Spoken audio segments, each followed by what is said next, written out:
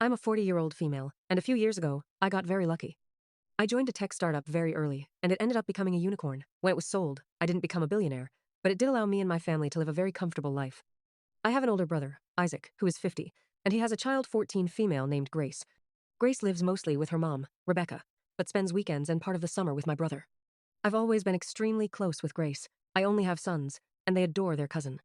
When she was younger, she used to help around the house, babysit, make bottles, help in the kitchen, and honestly, she became a huge part of our family.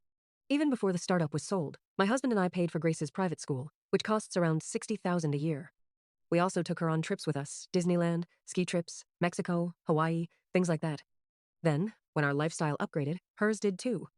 We set up a trust fund for her, enough to cover college, postgraduate studies, and a down payment on a house one day.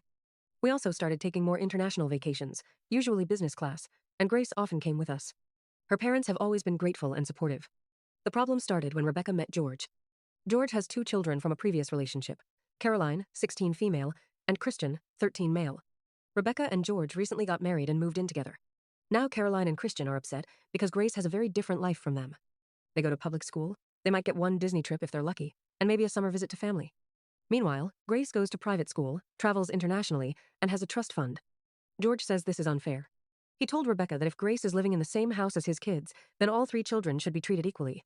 So Rebecca came to me, very hesitantly, and asked if I would consider paying for private school for Caroline and Christian too. She also asked if I could try to make gifts and trips more equal between all three kids. Rebecca admitted she knows it isn't my responsibility, but she promised George she would at least ask. And I do understand why the situation feels uncomfortable. But Grace isn't receiving those things because she is Rebecca's daughter. She's receiving them because she is my niece. I've known her since she was a baby. She grew up close to my family, helped with my children, and has always had a real relationship with us. Caroline and Christian are not bad kids, but I barely know them. They came into Grace's household through Rebecca's marriage, not through my side of the family. To me, the unfairness isn't that Grace has an aunt who helps her. The unfairness is George expecting someone outside his family to fund the lifestyle he wants for his children. So now I'm wondering, am I wrong for continuing to support my niece, even though it creates a difference between her and her step-siblings?